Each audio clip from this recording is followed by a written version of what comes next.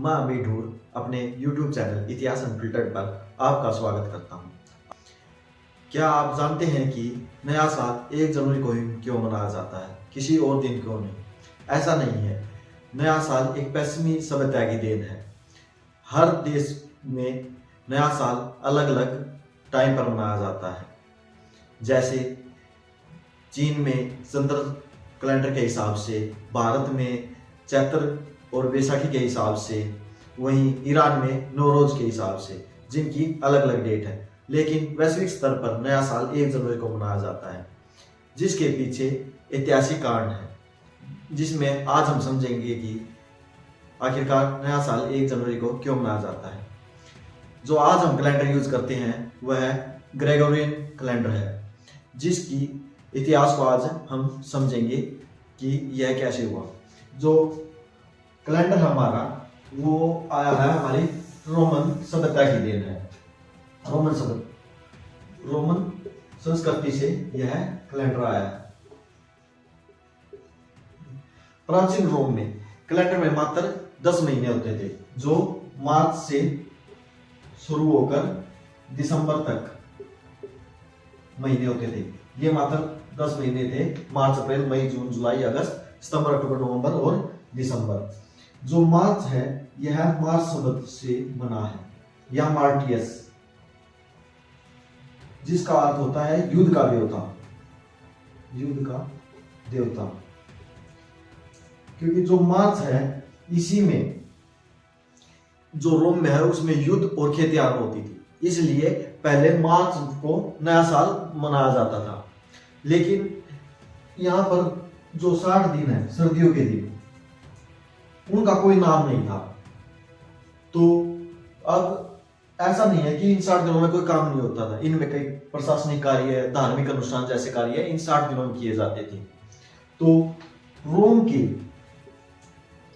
के द्वितीय शासक, जो जिसका नाम है नोमा पोम्पिलियस,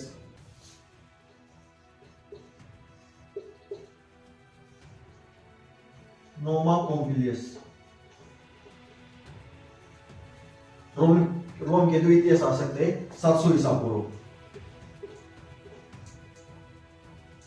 पूर्व। इन्होंने जो ये 60 दिन रह गए थे, इनको नाम देने की सोची कि इनको भी कोई नाम दिया जाए और जो कैलेंडर है उसमें शामिल किया जाए। इसके लिए उन्होंने 2 नाम दिए, जनवरी और फरवरी। जो जनवरी है ये रोम के जैनस देवता के नाम पर आया है, जिसका अर्थ होता है आरंभ और अंत का देवता।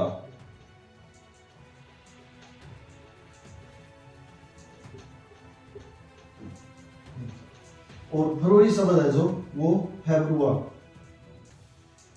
या फेब्रम शब्द से आया, जिसका अर्थ होता है धार्मिक अनुष्ठान।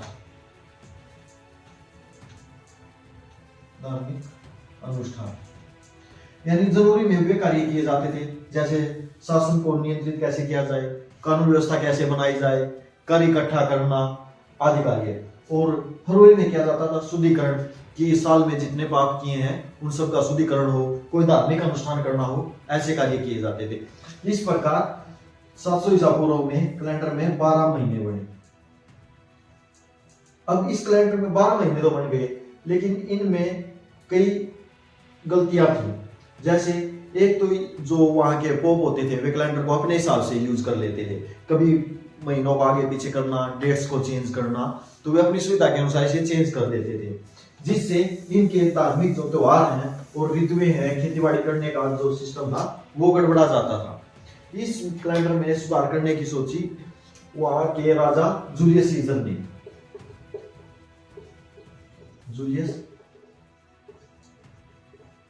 ने 45 ईसा पूर्व में इस कैलेंडर में सुधार करने की सोची। इन्होंने इस कैलेंडर में क्या क्या सुधार किए? एक तो इन्होंने जो जनवरी मंथ है, जनवरी है, इसको साल का पहला स्थायी महीना घोषित कर दिया कि भविष्य में अब आगे से जनवरी ही पहला महीना होगा। यानी जो साल की एंट्री होगी वो जनवरी से होगी, क्योंकि इनका मानना था कि जो राज्य का महीना है वो युद्ध से आरंभ ना हो, जैसे पहले मार्च से होता था, युद्ध से आरंभ न होकर उसकी एक अच्छी शुरुआत हो, जो इन्होंने जैनस देवता के नाम पर जनवरी नाम लिखा था, तो इसमें आरंभ किया गया। अब दूसरा क्या किया इन्होंने, ऋतुओं और त्योहारों को मिलाने के लिए 46 ईसा पूर्व में 445 वर्ष का दिन बनाया, साल बनाया कि 445 दिन में का एक साल होगा। उसके बाद यह कैलेंडर में जो डेट्स और जो फेस्टिवल है वे सब निर्धारित हो गए ऋतुओं के साथ, खेती बाड़ी का क्रम सही हो गया। और इन्होंने एक चीज और की, जो फरवरी है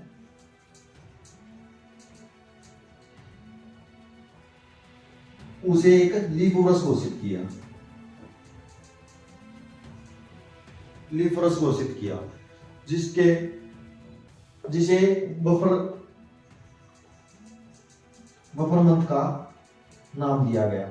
और जनवरी के साथ ही उन्होंने फरवरी को दूसरा महीना बना दिया, क्योंकि ये दोनों महीनों को एक साथ उठा कर लिया है। अब इसका रीजन था कि जनवरी को और फरवरी को पहला दूसरा महीना बनाने के कारण कैलेंडर में कुछ ज्यादा चेंज नहीं करना पड़ा, महीनों का आगे पीछे नहीं करना पड़ा, उनका क्रम सही रहा जैसे पहले था।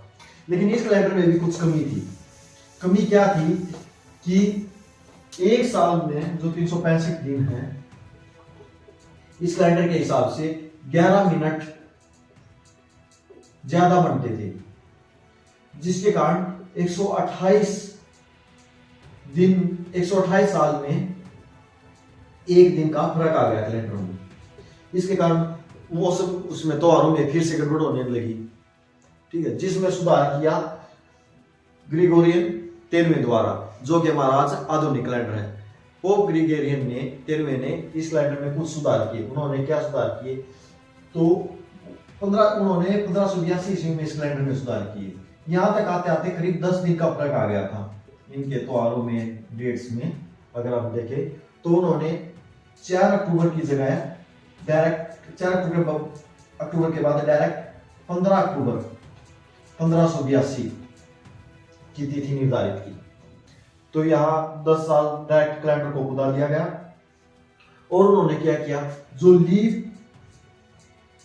लीप का साल है वो प्रत्येक 4 साल बाद आता था पहले जूलियस सीजर के कैलेंडर में, लेकिन उन्होंने इस कैलेंडर में निर्धारित किया कि यह प्रत्येक 4 साल बाद आएगा। ये बात तो ठीक है, लेकिन जो शताब्दी के ईयर है, जैसे 1500, 1600, यानी जो संख्या 100 से डिवाइड होती है, वो वे संख्या प्रत्येक में लीप ईयर नहीं होगा। जो संख्या 400 से डिवाइडेड होगी केवल वही लीप ईयर होगा। जैसे 1600 तो लीप ईयर होगा क्योंकि यह 400 से डिवाइड होता है, लेकिन 1500 या फिर 1700 ये लीप ईयर नहीं होंगे क्योंकि ये 400 से डिवाइड नहीं होते। इसके कारण कैलेंडर का सही क्रम हुआ, जो आज तक सही चल रहा है।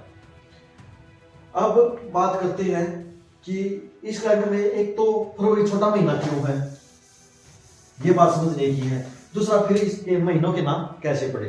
पहले हम जानेंगे कि फरवरी छोटा महीना क्यों है। क्योंकि जो रोम है उन्होंने प्रत्येक महीने को 30 दिन का रखा था, जो कि 365 दिनों में बिल्कुल बराबर रखना संभव नहीं था।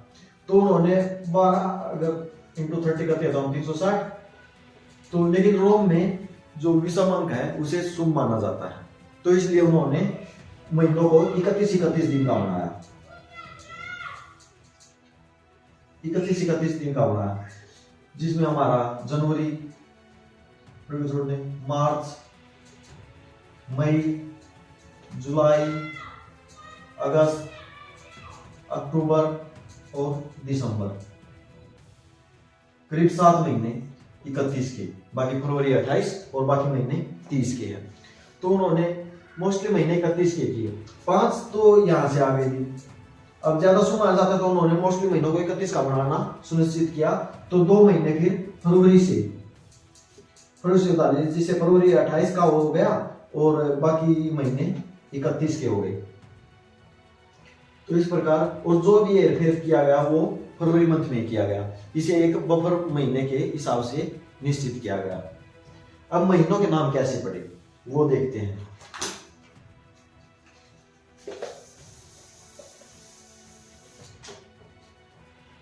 जैसे जनवरी महीने का आपने जिक्र कर लिया, जनवरी जो कि जैनस देवता के नाम पर आया है। फरवरी का भी हमने जिक्र कर लिया, जो कि फेब्रुआ शब्द या फेब्रुअरी शब्द से बना, जिसका अर्थ होता है धार्मिक अनुष्ठान।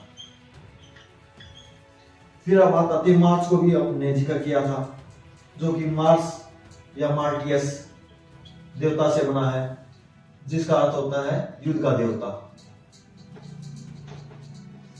अब बात आती है अप्रैल। जो अप्रैल है वो एपिरी शब्द से बना है, यानी लैटिन भाषा के शब्द एपिरी से बना है, जिसका अर्थ होता है खुलना, यानी वनस्पति खुलना शुरू हो जाती है, फल फूल खिलना शुरू हो जाते हैं। इसके बाद आता है मई, जो कि एक रोम की देवी है, इसके नाम पर लिखा गया है, जो कि विकास की देवी है।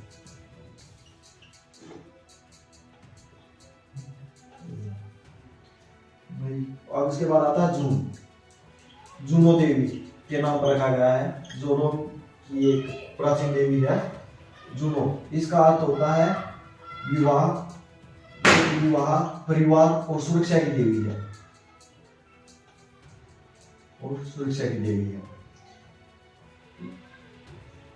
इसके बाद आता है जुलाई 5th मंथ है। जुलाई जो कि हमारा 7वां महीना है।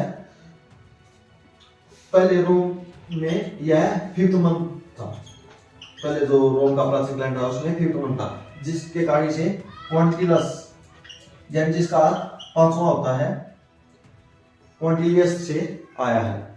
लेकिन जूलियस सीजर ने इसका नाम बदलकर जुलाई कर दिया, उन्होंने इसे अपने नाम पर रखा है।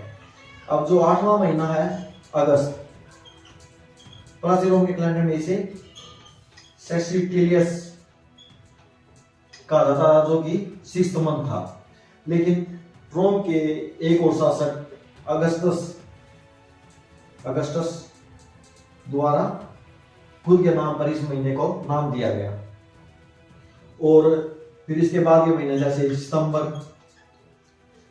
हम देखते हैं ये सब जो रोम के प्राचीन कैलेंडर था उसी के हिसाब से, जैसे सितंबर का अर्थ होता है 7, अक्टूबर का अक्टूबर हो गया तो 8, नवंबर 9 और दिसंबर का डेकम 10, उसके अनुसार चले हुए हैं। ठीक है, तो ये था हमारा आज का कि हम नया साल इसे क्यों मनाते हैं। इसके मनाने का पीछे का मेन कारण है कि इसे ईसाई धर्म द्वारा अपनाया गया। फिर ईसाइयों ने पूरे विश्व में अपनी साम्राज्यवादी नीति के कारण लोगों को देशों को गुलाम बनाना शुरू किया, जिसके कारण हमने देखा कि आधुनिक कैलेंडर कैसे अस्तित्व में आया। और अब सवाल यह है कि इसे वैश्विक स्तर पर कैसे मान्यता मिली। इसका कारण है यूरोप द्वारा औपनिवेशिक और साम्राज्यवादी नीति को अपनाया जाना। उदाहरण के लिए ब्रिटेन ने भारत पर लगभग 200 साल राज किया, तो 200 साल औपनिवेशिक रहने के कारण भारत ने पश्चिमी संस्कृति को अपनाया, जिसके कारण उनमें से कैलेंडर भी एक है। अगर वीडियो पसंद आई हो तो लाइक करें, शेयर करें और चैनल को सब्सक्राइब करें। Thank you.